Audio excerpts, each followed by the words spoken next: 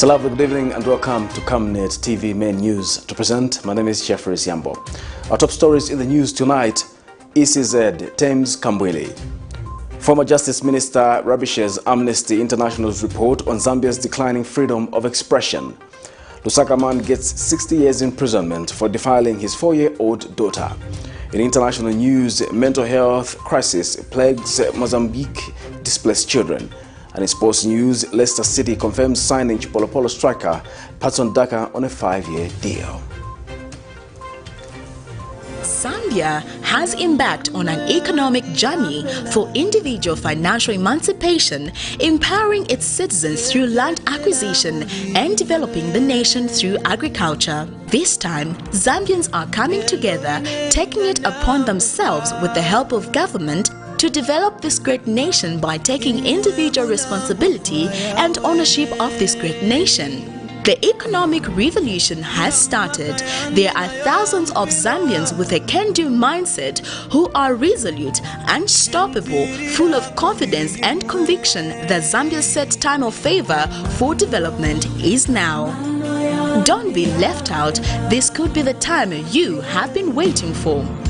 Camnet Television, in conjunction with the United Agrivision Consultancy Limited, will be hosting a national conference on becoming a millionaire through agriculture. Date: 1st October and 2nd October 2021. Charges: 750 kwacha per person per day, that includes lunch. A limited number of participants through Zoom have also been reserved.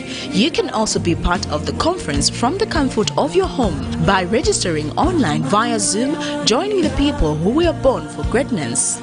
Charges for participation via Zoom are only 300 kwacha per person. Time: 0730 hours to 17 hours. Registration and confirmation of attendance will take place on the 29th of September 2021. Time: 14 hours to 17 hours. Venue: the Healing Word Ministries International, the home of Camnet Television in Abex Hill, Kabulonga Road, Lusaka.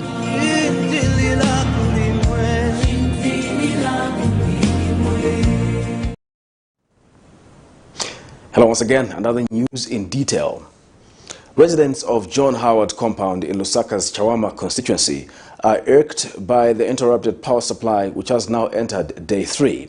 According to the residents spoken to by Camnet TV, one of the transformers supplying power to the area became faulty on Monday, the 27th of June, resulting in the power cut. The residents have therefore called on the power utility company to restore power to the area, as most businesses requiring power to operate are on a standstill. We have details in the following report.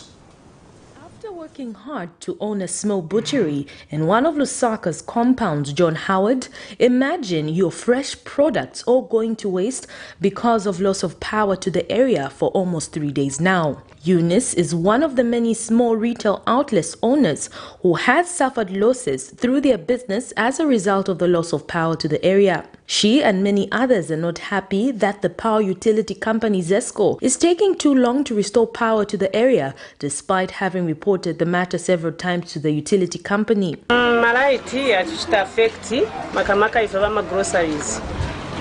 Tikulisako na nyama zaonongeka mango ngabulise ndani vintu vaora. Manzi using a pump. Malaiti tiribe vonse affect. Chifukwa cha malaiti. Other businesses like car washers in the area have completely come to a standstill as they entirely depend on water from the nearby water tanks, which too depend on electricity to pump the water. Manzi kulibe kutoka mazo material yonse tinavara manje lati zasebeza bwanyi material manzi kulibe zasebeza na machani na right pump. So ndio problem yetu apeza ma customers 40 tena nikaa paki behind mashopo kulikaa paki no maraiti so singa wala tubakawala bangena basipanangena so tifuna ko tamizo mtani zeko waloba ZESCO babwere kwa think by kufika chiku ma 18 babwere ba control so that bantu basafirire bama shop bantu. Tailors, on the other hand, have also not been spared. Makamaka mukuchisa because nikatunga mafunika na chisa. Then again malaiti I machine remote and masebenza malaiti. Manje kulibe malaiti so yani sta affect maningi chabe because siningatunge cho panda kuchisa. Efforts to get a comment from the power utility company ZESCO went unattended to, as most of their phones went unanswered by broadcast time.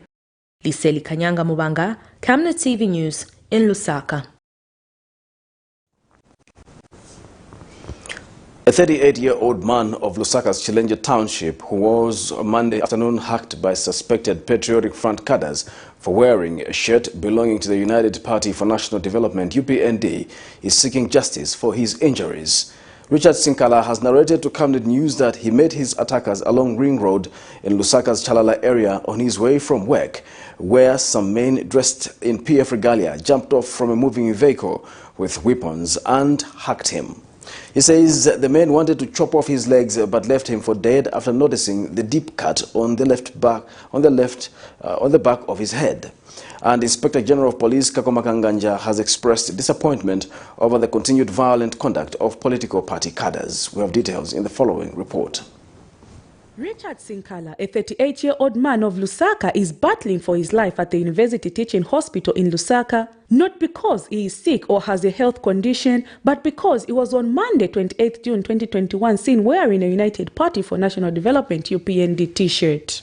Mr. Sinkala, a father of 4, has lamented that he does not understand what offense he committed by simply wearing a UPND t-shirt to deserve such kind of ruthless hacking. He has told this reporter that he saw men dressed in Patriotic Front regalia jump from a moving vehicle with weapons cruising towards this direction before he decided to run for his life. After 16 to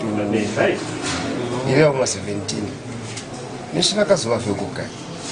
so ile shayishi bati aba PF bali kutashinisha kwele t-shirt ya UPND so fuba ishire mbona ndiafa crossa bali ku Ring Road Sarena site so ndi close pa kwa bati koneki nje pangani fuba ishire mbona na t-shirt kumbona na t-shirt fuba toloki motoka na mapanga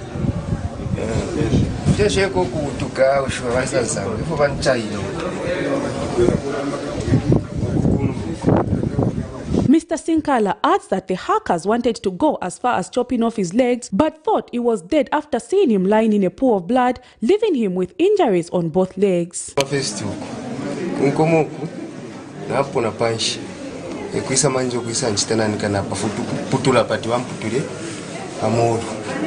So for na pone panshi pa yonesa nkumputure fibashire muno kwe matinafu fibashire bwerera manje ekuima ino kwe panganda palya if you neighbor na umbi umukashano wanchitako rent eba faire motoka nokundeta ku. And wife to the victim wants justice for her husband. Ingaba babime banje sanchito shalala nomba twalaikala shani twalaikala shani mcheli chesu cha zandichi nawa inendita ndaula sana mwandini isindelo mbako abantu bachitire fuba lume bandi bombele nipo wa polisi mubasangi na papata.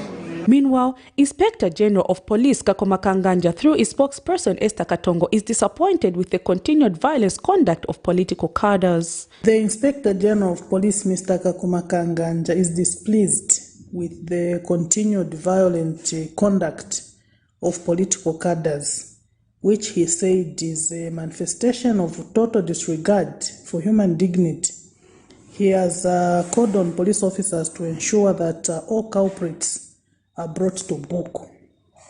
He was referring to an incident which happened along Ring Road in Lusaka. A New Hope Movement for Multi-Party Democracy MMD spokesperson Kefas Mukuka wants the family of the Sinkala to be compensated. Each time we hear of political organism and thuggery, we don't hear of any arrests coming from the police.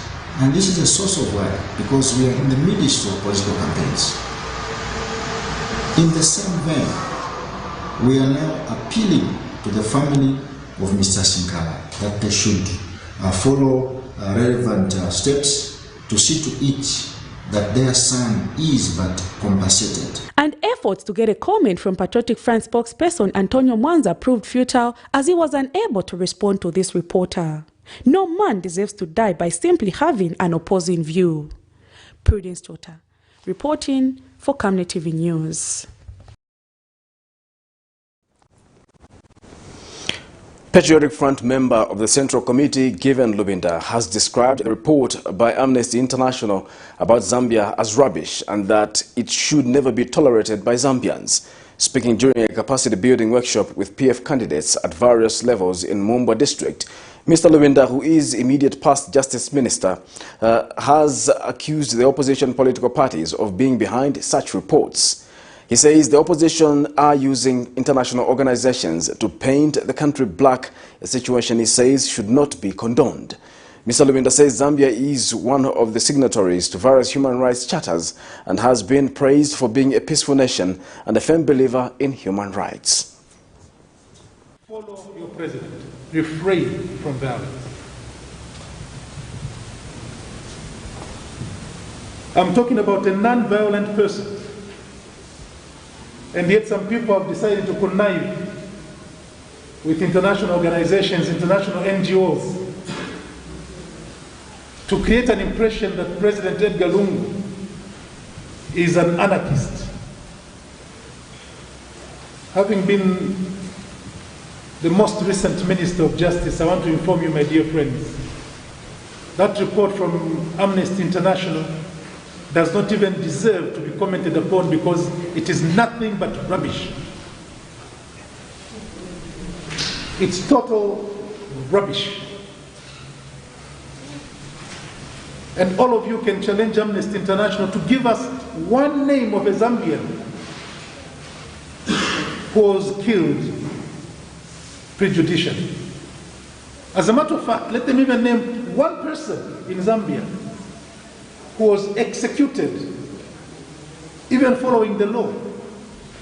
As you all know, the Constitution of Zambia allows for the judiciary to take away lives of people. Many people have been sentenced to death. President Edgar Lungu has said he shall never sign any execution order to kill any Zambian. The United Party for National Development, UPND Alliance, has charged that Amnesty International is too big of an institution for its findings to be disregarded as the government has done. Speaking at a media briefing held in Lusaka Wednesday, UPND Alliance member Ernest Mansa says facts should always reign supreme over feelings, adding that most of it, if not all findings of the Amnesty report are based on facts, which the Zambian people are well aware of. Mr. Mansa says government should instead introspect and do its own research to discover why, where and how Amnesty International arrived at such a finding. Details in the following report. On the 28th of June 2021, Amnesty International officially released a report tagged Ruling by Fear and Repression in Zambia.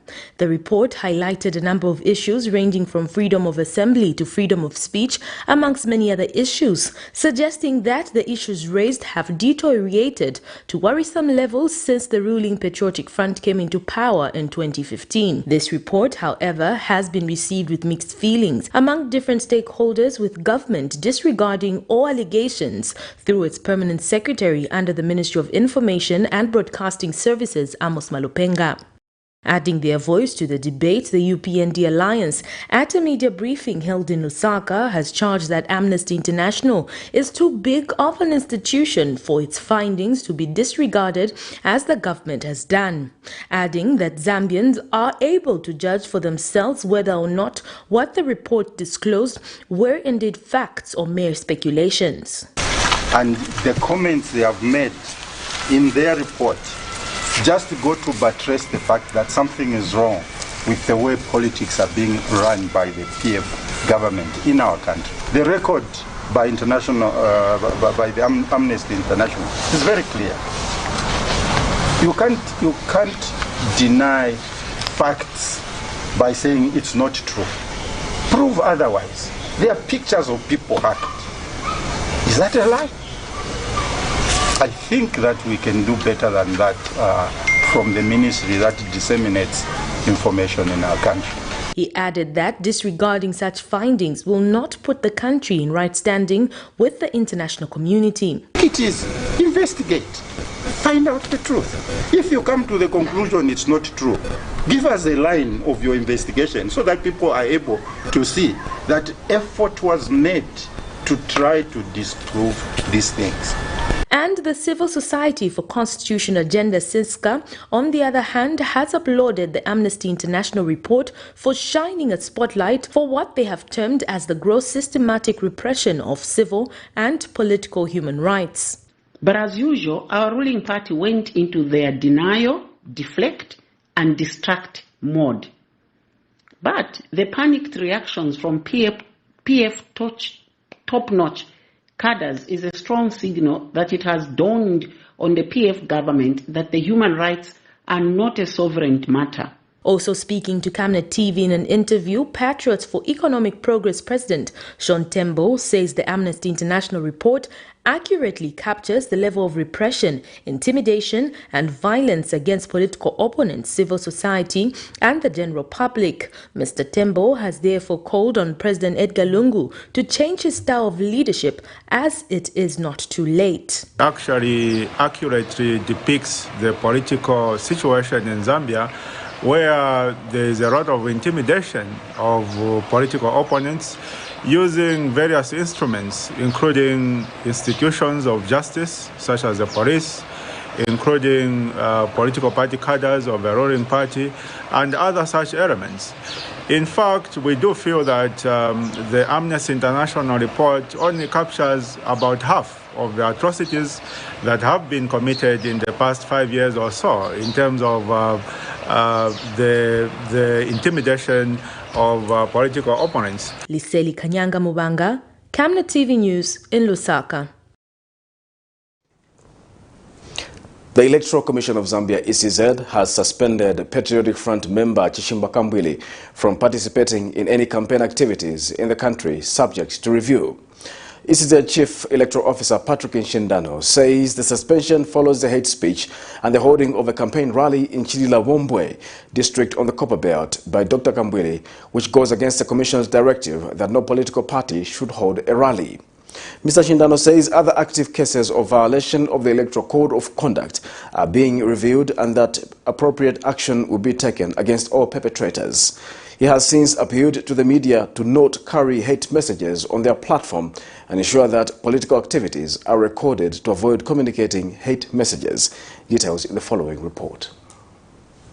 Monday, 28 June 2021, Patriotic Front member Chishimba Kambwili decided to go against a directive by the Electoral Commission of Zambia that no political party should hold rallies owing to the increased number of COVID-19 cases and deaths in the country. Dr. Kambwili, who is also former National Democratic Congress leader, held a rally in Chilabombe district on the Copper Belt, where he went on to preach hate messages by saying all Tongas are UPND and that Zambia should not vote for the UPND leader Hakainde Hichilema, who is a Tonga.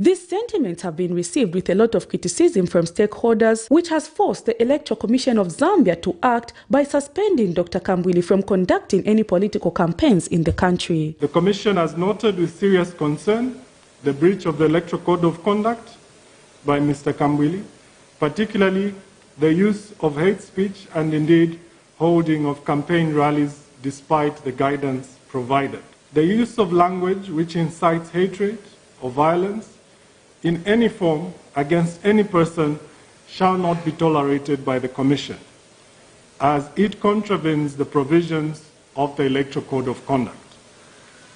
Additionally, going against Commission decision to suspend rallies and roadshows does not only undermine the work of the stakeholders, it also puts the country at risk. Arising from this, the Commission would like to announce that Mr. Kambwili has been suspended indefinitely, subject to review, from participating in any campaign activities in line with paragraph 11 ID of the Electoral Code of Conduct. Mr. Shindano adds that the Commission is revealing other reports of the violation of the Electoral Code of Conduct and that action will be taken against all perpetrators. Let me mention that at this point, we still have a number of active cases which we are still reviewing. And these other cases are also before us, and appropriate action will be taken against any perpetrator of hate speech or indeed any other violation of the Electoral Code of Conduct. He has since appealed to media owners to avoid promoting hate speech by not carrying them on their platforms. With regards to the number of resignations, deaths, and those that will be conducting fresh nominations, we will be communicating to the public shortly. We are consolidating that number, but also verifying with the respective candidates and indeed political parties. So once that is done, I'm sure during the course of this week or early next week, we'll be able to announce, including the date within which fresh nominations, where applicable, will be conducted. Late Zambia's first Republican President, Dr. Kenneth Kaunda, has been remembered for preaching the One Zambia, One Nation motto, which no politician should erase from the Zambian soil by preaching hate messages even as the nation mourns and heads towards the general elections. Prudence Chota, reporting for Camnet TV News. Now, in a dramatic turn of events, the Leadership Movement parliamentary candidate for Chawama constituency, Ntazana Musukuma, has defected to the ruling party. The defection comes barely weeks when the party launched door-to-door campaigns in Chawama constituency. Mr. Musukuma says he wants to support President Edgar Lungu's candidature and the Patriotic Front. We have more in the following report. Leadership Movement parliamentary candidate for Chawama constituency, Ntazana Musukuma, has defected to the ruling Patriotic Front. But let's try to refresh your memories of the man in question. This was during the nomination time. We've seen in the past where Chawama has imported representatives. For example, today the nation may wish to know that His Excellency, the President of the Republic of Zambia, Dr. Edgar Chagwalungu, does not come from Chawama constituency. He comes from Kawata. He crossed the rail line to come into Chawama. He became MP, and today he wants to impose his daughter on us as member of parliament, something which all of us are collectively saying no. Yes. No, we don't want. The time has come for us to represent ourselves. Yes. Chawama constituency is not short of leaders. Tiripo, Taimirira, and we are representing the poor. And this was during the launch of the door-to-door campaign in Chawama constituency by the Leadership Movement. Mulipeleko renti, muguleko vokutia. Tangana so up according to JCTR report, basic food basket is for 8,300. Timverana, 8,300 for a family of 5 per month. Tantauza kuti mujebwino antu wali 5 per month mfunika muli na 8,300. Manje hizo ndarama tilinazo. Chawama tifola zingati. Ni ma 500, ma 600. Kwa maemene yo 600 ndiye mutengo wa saka ya marasha. His brief political background is that Mr. Musukuma was a PF member and was seeking adoption on the PF ticket, but when he hit a snag, he opted to join the Socialist Party, where he started registering people for empowerment programs which never materialized, and the Socialist Party chose to part company with him for his unapproved behavior. And to remain relevant, Mr. Musukuma joined the Leadership Movement. Wednesday, this was his departing message. Na chipani cha PF kuti ine nisebenzere pamozi na Tasira sister wanga tipitirize na chitukuko mu Chawama constituency. Iyi ndiye njira yamene nza kusebenzerani moni vantu va mchawama komboka kuku misisi Jona wadililai freedom na mira tieni tonse tivotere PF. This means just like in Lusaka Central in Chawama constituency, there may be fresh nominations and candidates may be required to pay the 15,000 kwacha again. Governance activist Lewis Mwape says people in politics need to have principles. to change the economy, the social and cultural setup of this country, we need people who apply themselves to thinking. We just complain that we are electing people who have no morals, who have no integrity, whose decision making is very compromised, simply because people out there, the young people, the professionals, have left this space for people that cannot decide properly. Patrick Soko, Camnet News. The United Party for National Development, UPND, on the Copper Belt has condemned the tearing off of political party campaign materials, accusing the police of failing the Zambian people. UPND Copper Belt Provincial Chairman Elisha Matambo says Zambia is the only country that the people have, wondering why such behavior is being condoned. Mr. Matambo has also noted with concern the behavior by those in authority with regards to the treatment of UPND.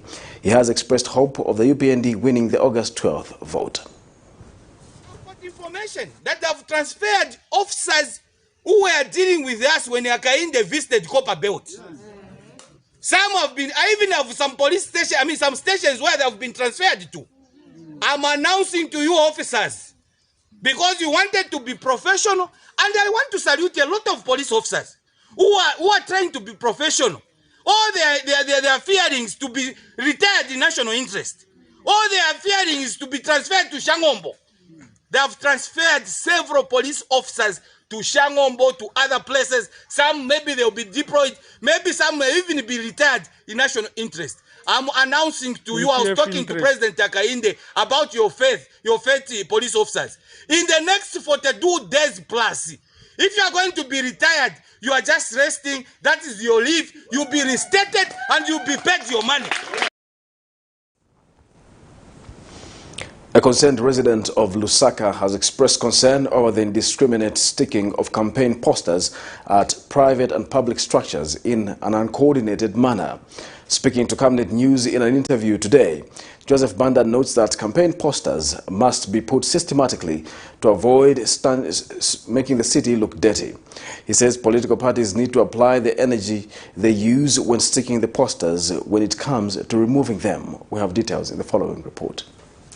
It is posters everywhere you go in readiness for the August 12 general elections. Much as it is the right of political parties to advertise themselves, the concern is that the posters are being put in random manner. However, the Electoral Code of Conduct provides that political parties and candidates shall take appropriate measures to ensure environmental protection and cleanness in the course of posting or distributing electoral campaign materials. Monga kumatika wema matika mapo magedi y'abantu yapezeka yenanga amatika pafupi, so pezeka nao bantu sometimes weza chikanganula keni achitaya chabe so vimaleta dot sometimes so funga sometimes maybe ngati nkutiganizirako wangatiganizire kwa mina wa campaign zawo aba wafunika at least maybe mu wiki pitako watumako abantu wadubako vya vimapepa washoka governata ya abantu kairiveta dot. Joseph Banda has further urged political parties to stop mounting political posters on people's household,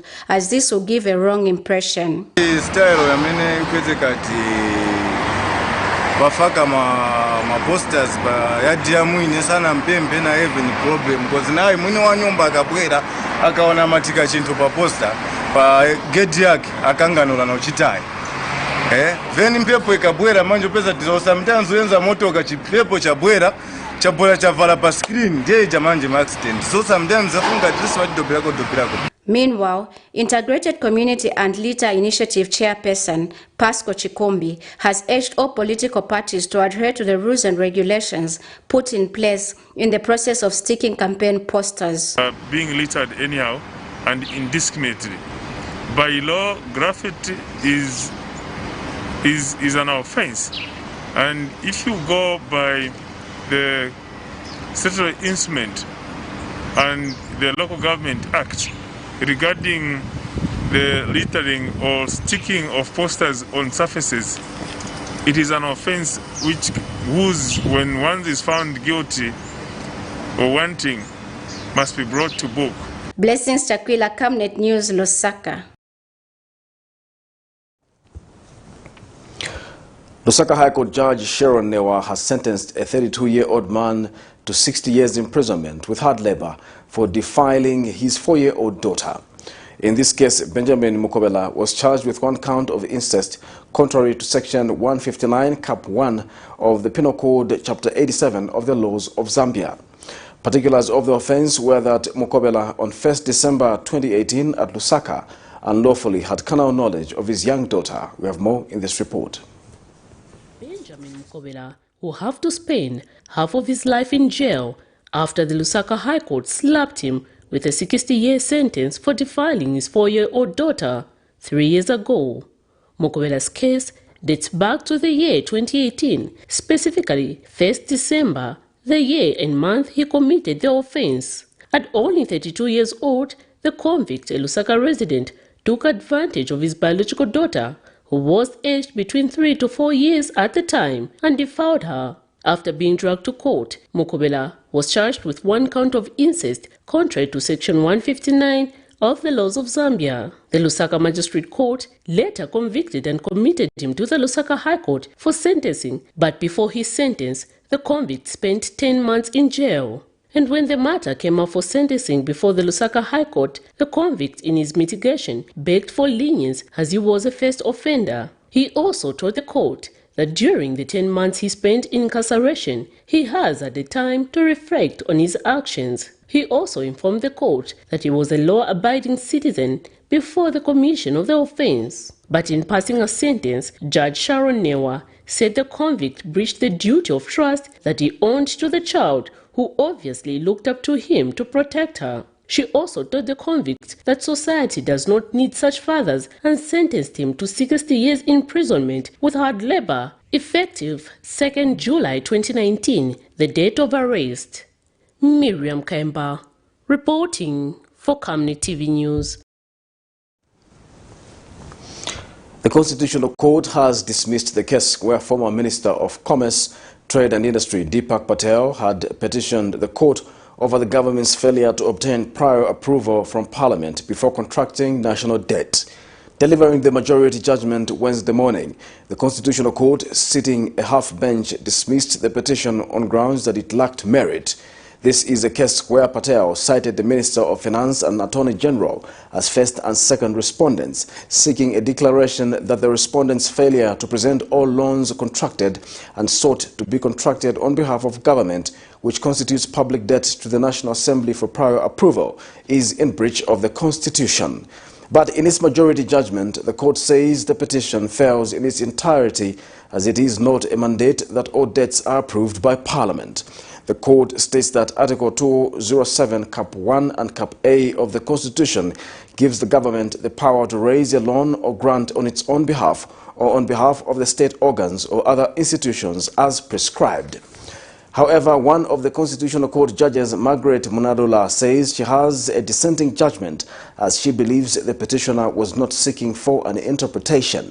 She says it is very important for Parliament to have oversight over the country's debt contraction and order that necessary measures are put in place to ensure the provision of the Constitution are adhered to. You're watching Camnet TV Main News. We'll take a break. We'll be back with more news. From time immemorial, we have had different types of lighting options, from those that can burn down our investments in minutes to those that dig holes in our pockets due to constant replacement and huge consumption of our ZESCO units. Savenda Electric introduces the new and advanced electric bulb with cutting-edge technology of LED that has low power consumption, gives out bright white light, and lasts up to 25,000 hours. Savenda Electric manufactures all types of LED light, like plastic LED fluorescent tubes, down lights, ceiling lights, outdoor fittings, and solar street lights made to customer specifications. Let's live on the bright side of life by choosing the wide range of Savenda electric lighting solutions that are available in all leading stores and supermarkets countrywide. For orders, call 0962-642-490 or email jnbunda@savenda.com or pchabula@savenda.com. Every day for me means hard work. Going to sell my goods at the local market.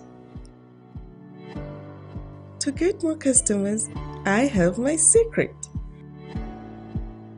Oracle Pure Glycerin.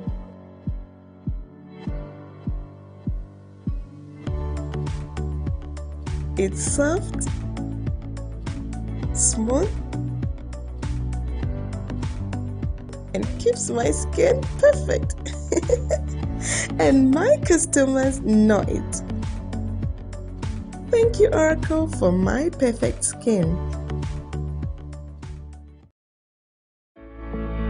At Master Signs, our services range from outdoor, indoor signage such as billboards, banners, 3D light boxes, pylons and neon signs. We are located at plot number 397A, Makeni Road, Lusaka, at Oryx Filling Station. For more details, call us on +260 967 100 090 or +260 966 999 981, or better still, email us at infomastersign@gmail.com. Master Sign, we will make it shine.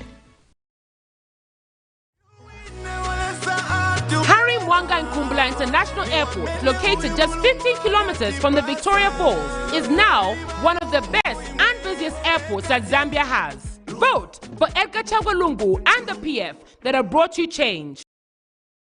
Zambia has embarked on an economic journey for individual financial emancipation, empowering its citizens through land acquisition and developing the nation through agriculture. This time, Zambians are coming together, taking it upon themselves with the help of government to develop this great nation by taking individual responsibility and ownership of this great nation. The economic revolution has started. There are thousands of Zambians with a can-do mindset who are resolute, unstoppable, full of confidence and conviction that Zambia's set time of favor for development is now. Don't be left out. This could be the time you have been waiting for. Camnet Television, in conjunction with the United Agrivision Consultancy Limited, will be hosting a national conference on becoming a millionaire through agriculture. Date 1st October and 2nd October 2021. Charges 750 kwacha per person per day, that includes lunch. A limited number of participants through Zoom have also been reserved. You can also be part of the conference from the comfort of your home by registering online via Zoom, joining the people who were born for greatness. Charges for participation via Zoom are only 300 kwacha per person. Time 0730 hours to 17 hours. Registration and confirmation of attendance will take place on the 29th of September 2021. Time 14 hours to 17 hours. Venue, the Healing Word Ministries International, the home of Camnet Television in Apex Hill, Kabulonga Road, Lusaka.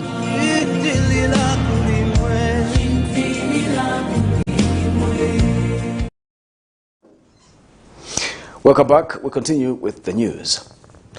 The Lundazi Town Council is pleased with the compliance levels of the COVID-19 preventive measures by long-distance bus operators and passengers at the main bus station. Council Public Relations Officer Cynthia Mutalange explains that the inspection has been necessitated by the increase in COVID-19 cases and the desire to ensure that people adhere to the COVID-19 measures such as masking up before boarding on buses. Ms. Mutalange has described the situation as encouraging, adding that passengers are not being forced to wear masks. We have more in this report. With the increase in COVID-19 cases spread across the 10 provinces, government through the local authority have also intensified their patrols in making sure that people adhere to the said health prevention guidelines. Lundazi City Council in Eastern Province, like many other councils countrywide, have started undertaking compliance inspections at bus stations. Lundazi City Council Public Relations Officer Cynthia Mutalange says bus operators and passengers are at risk of contracting the virus if measures are not followed. This morning we passed through the market and the bus station to monitor compliance levels. We checked on the masking up aspects to ensure that each and every person was in a mask, each and every passenger has a mask. We are happy to note that At the bus station, the compliance levels are quite good. Most of the passengers were in a mask, with those that were not wearing masks being asked to buy masks. So I'm happy to note that bus drivers, bus operators are actually supporting our cause to ensure that the preventive guidelines are followed. Bus operators do emphasize on the need for their passengers to ensure that they wear a mask before boarding the bus, and that is something which is encouraging to us as a local authority. We've got support from the bus operators, and we'll be able to work well with them to ensure that each and every passenger is in a mask. In addition to that, we shall continue with inspections of all public places. We'll continue monitoring the compliance levels in the bars, nightclub, as well as the church. Our focus is to ensure that each and every person abides by the 5 golden rules that have been given by the Ministry of Health. Of the total COVID-19 cases recorded in the last 24 hours, Eastern Province stands at 582, representing 45% of the total cases, of which Lundazi is part of it.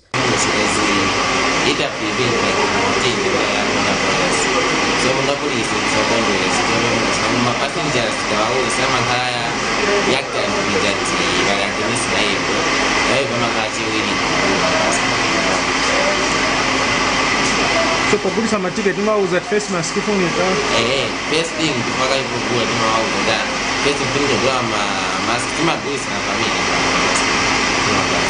Sharon Kalimbola, Camnet News.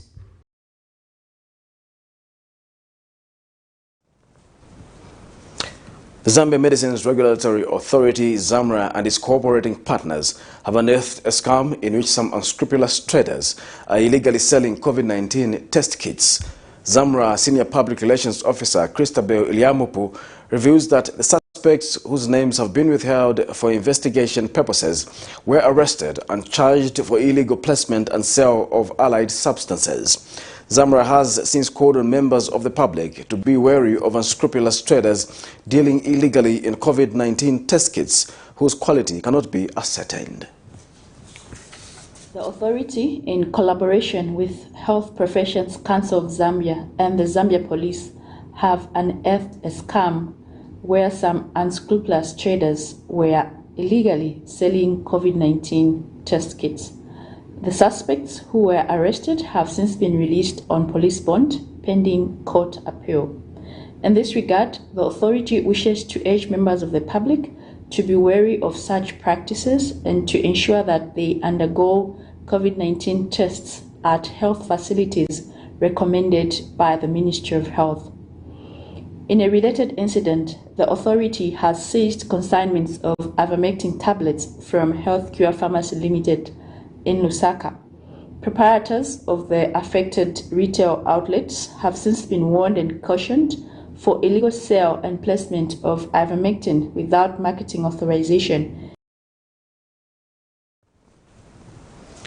The Engineering Institution of Zambia, EIZ, has called for innovative ideas and practical engineering proposals to be implemented to fight the prevailing wave of COVID-19 pandemic. In an interview with Camnet TV Wednesday, EIZ Registrar and Chief Executive Officer Engineer Linus Chanda says the EIZ is in the process of joining the efforts by different stakeholders in fighting COVID-19. Engineer Chanda says the implementation of the ideas will aid the Ministry of Health in managing the escalating coronavirus situation in the country. Details in the following report. The COVID-19 situation continues to escalate at an unprecedented rate, surpassing the second wave in all aspects, which include daily case numbers, admissions to hospitals requiring oxygen, and those dying. In most recent times, the Ministry of Health has frequently placed much emphasis on the need for all stakeholders to aggressively join in fighting this pandemic in the country. In response, the Engineering Institution of Zambia, EIZ, has called for practical ideas that will assist the Ministry of Health to manage the prevailing pandemic. Engineer Linus Banda is the ECZ Registrar and Chief Executive Officer. The ideas that we're asking for could include areas such as increased production, and or supply capacity of medical oxygen, improving storage of the same oxygen, local manufacture of PPE, and any other innovations which would directly contribute to arresting the COVID-19 pandemic. So we are expectant that our engineering professionals will respond to this call. It's an urgent call, and we are also expectant that once these proposals have been submitted, Council will look through them and pick up those that can address this situation, especially if they are going to use locally available materials and if their production time is actually short. Meanwhile, the institution registrar has assured the involvement of local engineers in construction activities that government and the private sector undertakes in the country. The engineering fraternity in the country has actually been at hand to participate in the infrastructure development that government has embarked on. We have heard calls in certain sections of the media where there's been reference to the fact that local engineers are not participating in the engineering construction works or projects that are taking place in the country. That misconception, I think, is something that needs to be corrected. It doesn't mean that when a company comes from abroad, it is not regulated by the EIZ. It is, because they have to be registered with us and they have to be regulated by the institution. Alex Chimba reporting for Camnet TV, LUSAKA. The National Prosecution Authority, NPA, has handed over a motor vehicle to the Drug Enforcement Commission, DEC, that was forfeited to the state by the Court of Law. Speaking during the handover ceremony of a Ford Ranger at the Commission's headquarters in Lusaka, NPA Chief of Administration Mabel Nawa said the NPA had obtained authority from the Secretary to the Treasury to hand over the vehicle to DEC. Ms. Nawa said the vehicle which was being handed over was meant to ease operations of the Commission in the fight against organized crime.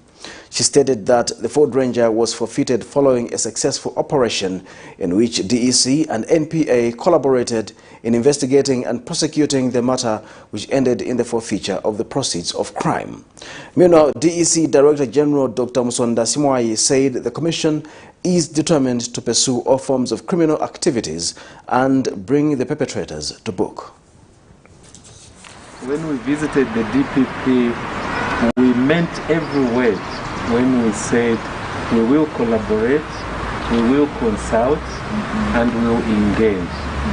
And the matters that are of national interest, every investigation is a matter of national interest.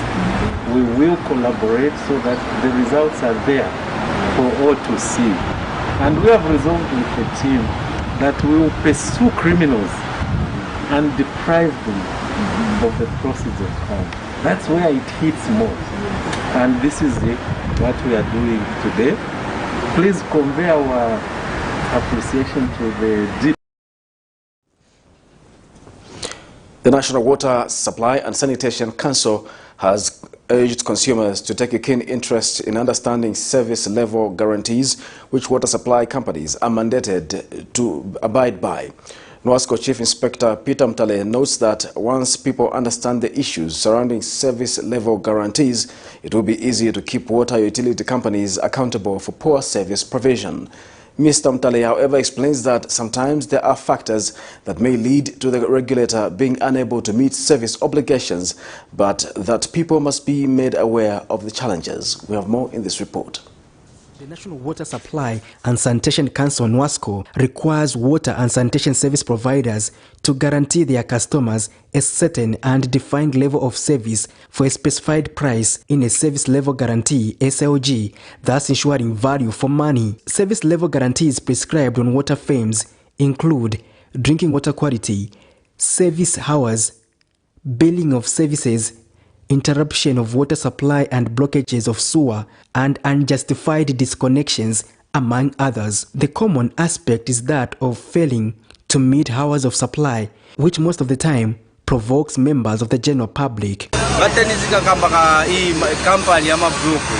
So the government ya pakakonze kuli manzi ndafya manzi ili important isunga sambe kopanda mansunga desima romanzi. So madrama hapa so mwaona hapa so valipira tuma 5 kwacha penze vandu ambili pano.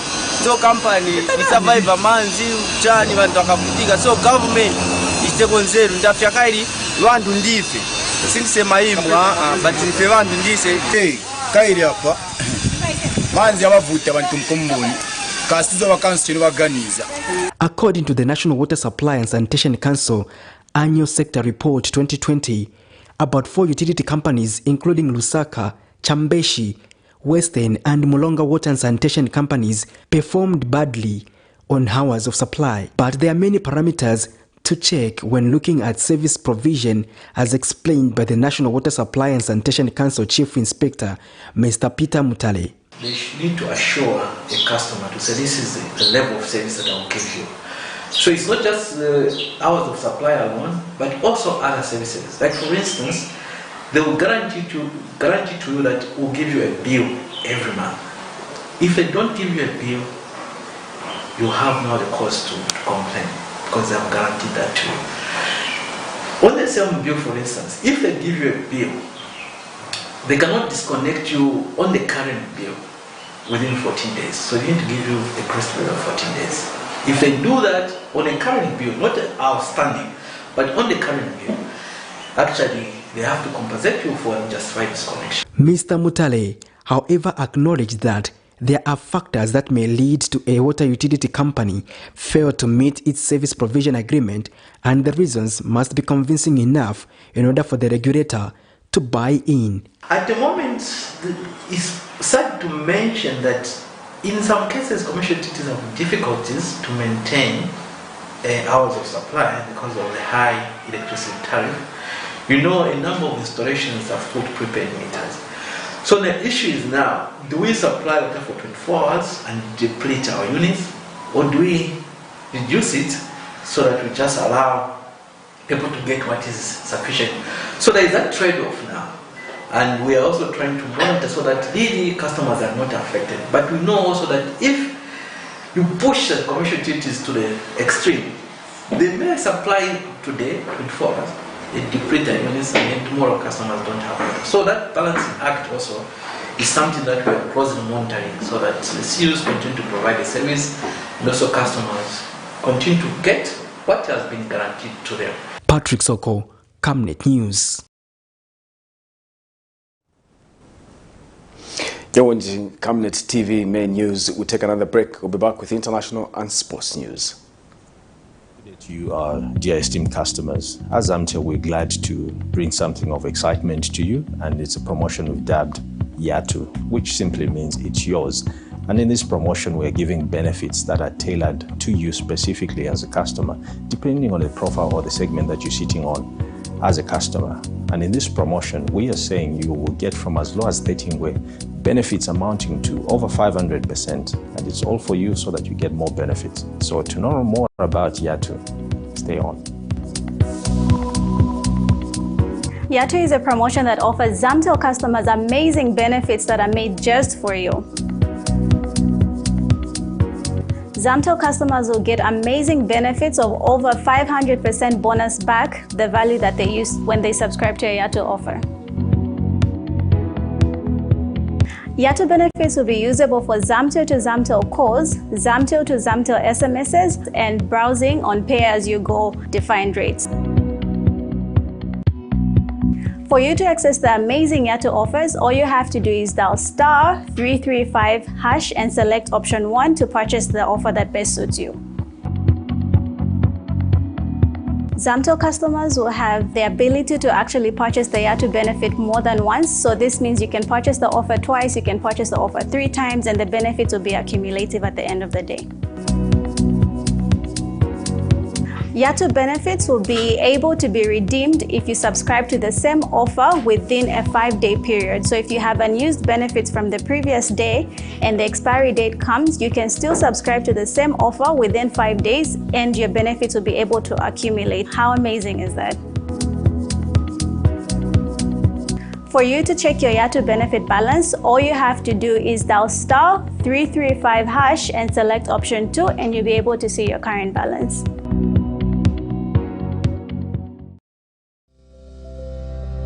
I was born in Mwengwa in a grass-thatched house. I went to school barefoot and then to secondary school. University came, all of these on government bursary, on the sponsorship of the people of Zambia. Many people ask me questions.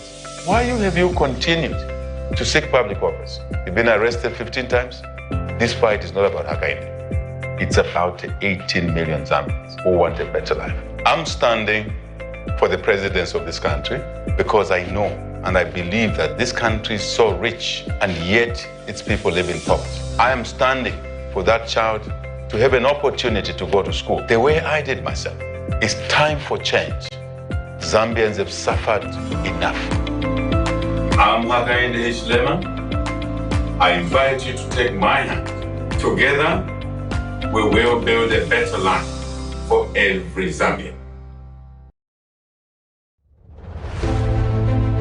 In this fast-paced era of industrial boom and population growth, there is need to invest in smart ways of managing electricity and water consumption and reducing utility billing costs associated with the postpaid billing system. At Savenda Electronics, we manufacture right here in Zambia different types of high-quality smart electricity and water meters to customer specifications. Savenda Electronics water and electricity meters help you monitor your usage and gives notifications such as low units, tampering, low battery, and many other features. These easy-to-use meters makes it easier to buy units even in these COVID times and top up just from the comfort of your space. Favorable contract terms are available to both electricity and water utilities. For more details, get in touch with us on the following numbers: 0956 580 349 or 0977 498 318. Savenda Electronics, the real deal. Chagwalungu and the Patriotic Front have transformed the transportation sector by facilitating the construction of bus stations around the country. Vote for Edgar Chagwalungu and the PF that have brought you change. 2021 has been described as a highly politically charged year. This is because every 5 years the country goes to the polls, and that 5 years elapses with only a few months remaining down to the ballot.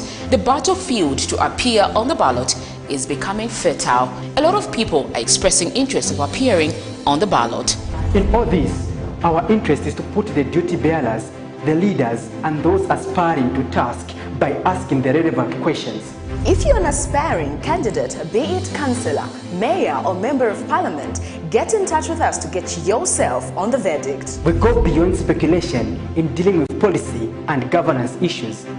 The right questions are asked to help you make a verdict. For more details, you can call us on 0962 965883, 0979 753010, or email us info@camnettvafrica.com. Terms and conditions apply. Join us on Camnet TV every Monday, Tuesday, Thursday, and Friday at 17:45 hours on a new program dubbed The Verdict.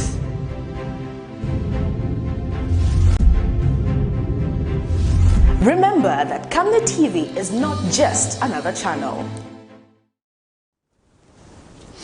Welcome back, and in international news, hundreds of thousands of children and their families have been displaced in the conflict in northern Mozambique. Mozambique's government has been fighting armed groups linked to ISIS in Cabo Delgado since 2017. Aid workers are trying to help children displaced by the conflict adjust to life after the violence they experienced. In other news, Al Jazeera also reports that rebel fighters say they've taken control of more territory in the northern Ethiopian region of Tigray. They have dismissed Ethiopia's unilateral ceasefire declaration as a joke. The U.S. has warned Ethiopia and Eritrea it will take tough action if the conflict continues. Here's a roundup of the international news stories. 9-year-old Milton doesn't know if he's an orphan. He and his sister fled their home when fighters attacked their village in the Cabo Delgado region of northern Mozambique. His mother was beheaded. His father is still missing. Milton and his sister Selena arrived at this camp as unaccompanied children before being reunited with their grandmother. Now she takes care of them in a place far from home. My grandson was crying for 2 days and I held him. Me and my neighbor told him to stop crying. In the end, he stopped crying. Sometimes he spends time thinking about his parents because he's old enough to understand what's happened. Children like Milton and Selena survived the violence physically unscathed, but are left with psychological wounds that need attention. He has mental health problems because he cannot see his mother. He can only see me. I've been here for 7 months and I'm suffering because me and the children aren't eating enough. I don't have any plates. I receive 1 bucket, but I don't have food or clothes and I sleep on the ground. I received a plastic sheet, but I didn't get a tent. Aid workers are trying to help children like Milton and Selena adjust to life after the violence they've experienced. Smiles and laughs are big victories, but the hurdles of healing are relentless. In Cabo Delgado, we have suffered many crises, including cyclones. Many houses have been destroyed. Many children have experienced shock because they have no home to sleep in. In addition to this, there's been COVID-19. It's had a negative impact on many children as well. Many children have left school because of the pandemic, and the conflict has added a negative impact on many families. Mozambique's government has been fighting ISIL-linked armed groups in Cabo Delgado since 2017. The fighters say they want to set up an Islamic State. Save the Children says some parents run away with mental health issues of their own. Others are separated from their families, and the rest are usually killed. Many children told us they've seen people murdered and killed.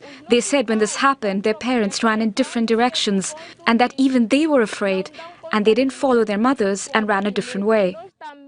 The children who weren't able to escape face abduction and rape. At least 51 children, most of them girls, have been abducted in the past 12 months. Caseworkers check on these children to help in whatever ways they can. And at just 9 years old, Milton is the only man in this tented house with burdens far too heavy to carry on his own. The Biden administration expressed cautious hope that peace may be enduring following the ceasefire declared by the Ethiopian government in Tigray. But there was a warning about human rights abuses and a commitment that the U.S. would act if it was judged that efforts toward a political settlement were being hampered. We will not stand by in the face of horrors in Tigray. Though Robert Godek did not elaborate. Throughout the congressional hearing, Ethiopia's position as a key U.S. ally in the region was emphasized, even as witnesses and members of Congress outlined the Abiy government's responsibility for human rights abuses and malnutrition. If I leave you with one thing today, it is that USAID believes famine is likely already occurring in Ethiopia. The chairman of the Foreign Affairs Committee was emphatic. What we are seeing unfold in Tigray bears the hallmarks of crimes against humanity, and quite possibly a genocide. But Ethiopia is seen as key to the U.S.'s strategic objectives in Africa, and Meeks tempered his criticism of the Ethiopian Prime Minister. Prospects for a durable peace in Ethiopia and its role as a responsible regional leader are now in question, as is Prime Minister Abiy's legacy. On the ground, Tigrayan forces, the TPLF, said they had the regional capital, Mekelle, fully under their control, and there were celebrations in the town of Shire amid reports that Eritrean troops had left. The TPLF also vowed to push south and east to consolidate its position. Notably, it has not announced a ceasefire. The U.S. is treading carefully. Washington has been trying to preserve all options with respect to its engagement with Ethiopia. They've been trying to use diplomatic persuasion up to this point to get the Ethiopian government to relent in its sort of pursuit of total victory in Tigray. They have not been successful in that conversation, but they have withheld some of the most biting sanctions that the United States has, sanctions related to the human rights abuses that have gone on at the hands of Ethiopian government troops and their allies in the region. It's clear that the Biden administration wants to keep the Ethiopian government close, especially as China extends its reach across Africa. But there are reports that some members of Congress will be keeping a close eye on Prime Minister Abiye's actions, especially as they weigh the US's foreign aid budget. Well, that ceasefire wasn't something that was agreed on. It was declared unilaterally by the government of Ethiopia, and declared very much at a moment when they seemed to be on the back foot. The regional capital of Mekelle had been taken. That was on Monday night by the TPLF fighters, and we've heard since then, just in the last 24 hours, that the TPLF have taken other small towns, Axum, Shire, but it's hard to find out exactly what's going on across the region because the phones are cut off.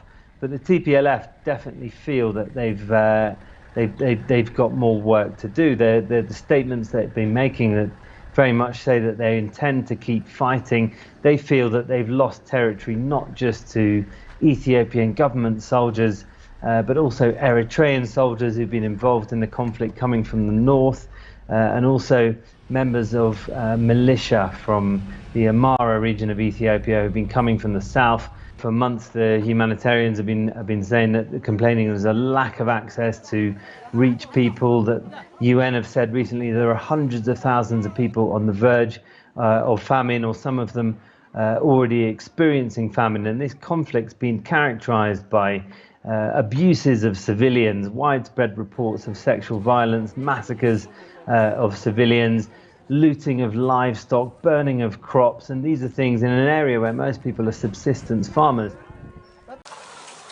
Former librarian general known for sacrificing children and charging into the battle in the nude now spends his time trying to rescue ex-child soldiers from drugs. When war ended, many of the youngsters slipped into a life of crime. He now runs training sessions in a bid to reintegrate them into the society. Well, I was fighting naked. Why? Because I had spiritual powers, and it was believed that when I was naked, I would exercise the spiritual power effectively. So that's how I had to be naked. When Chancellor left this country, it was no more for, like, as for me, there was no more again to sustain myself, to take care of myself, to do things for myself.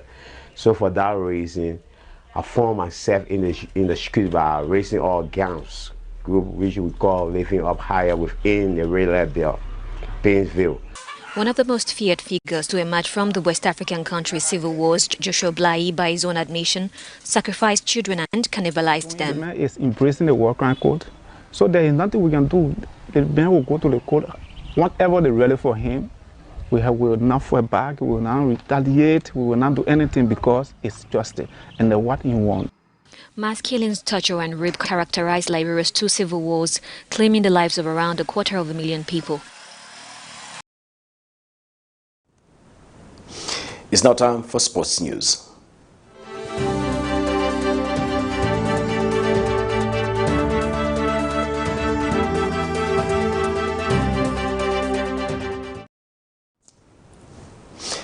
In sports news, Team Zambia's pre-Olympic Games camping in Japan has been cancelled following a rise in COVID-19 cases in Zambia.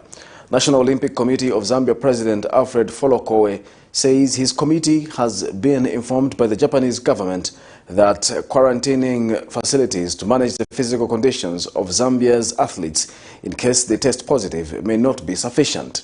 Mr. Foloko says Zambia is scheduled to camp in Asahi, Chiba for 2 weeks from the 9th of July 2021 to the commencement of the Games on the 23rd of July 2021. The Olympic president says in view of the decision, all athletes will be camped in Zambia through a bubble. He says the date and place of camping will be announced in the next few days.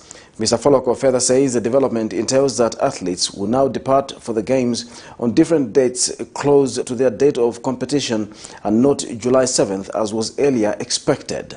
He says the National Olympic Committee remains committed to ensuring that athletes get best preparations ahead of the Games and also see to it that they are well taken care of with efforts to avoid contracting the virus. English Premier League side Leicester City have confirmed the signing of CHIPOLOPOLO striker PATSON DAKA on a 5-year deal from the 1st of July subject to the Premier League and international clearance. Zambia striker PATSON DAKA says he is excited to join Premier League side Leicester City following the completion of his switch to King Power Stadium. DAKA, who was speaking to the club website in his first interview, said it was a dream come true to join the reigning Emirates FA Cup champions. DAKA believes helping the Foxes win games is more important than scoring goals, though he enjoys scoring goals. He has been prolific for Salzburg, scoring 34 goals in 42 appearances in all competitions last season, including 27 in 28 league games to help Salzburg to the Austrian title. He was also named Player of the Season and took home the Golden Boot accolade. And CHIPOLOPOLO coach Milutin Micho-Sredejovic says he is proud of PATSON DAKA's move to Leicester City. So excited to be able to be part of this great historic club. It has been my dream, and I'm so happy and excited. I'm so much looking forward to what's coming next. It means so much to me, to be honest, and I can't believe it right now that I'm already wearing this great shirt, and yeah, I'm just so happy that my dream has come true today. We are very happy upon his movement to Leicester. You know, in recent years we have been jealous that neighbors above with Mana Samata have been happy, Tanzanians have been happy seeing him in Aston Villa. Zimbabweans have been happy seeing Nakamba in Aston Villa. South Africans have been happy with Percy Tau being in Brighton and Hove. And for us, we have waited time to come. So with his rightly choosing the Leicester as a team, I could only say that I personally believe that he has done the right step into the right direction in order to up his career from where he has been to the new level, from where will be just stepping stone, not just to come and play an episode role in English Premiership, but also to stay there and to make significant stamp and put Zambia properly on football map of the world, because we know how English Premiership is followed. That sporting item brings us to the end of the news, but we take a look at the headlines once more. ECZ TAMES KAMBWILI. Former Justice Minister rubbishes Amnesty International report on Zambia's declining freedom of expression.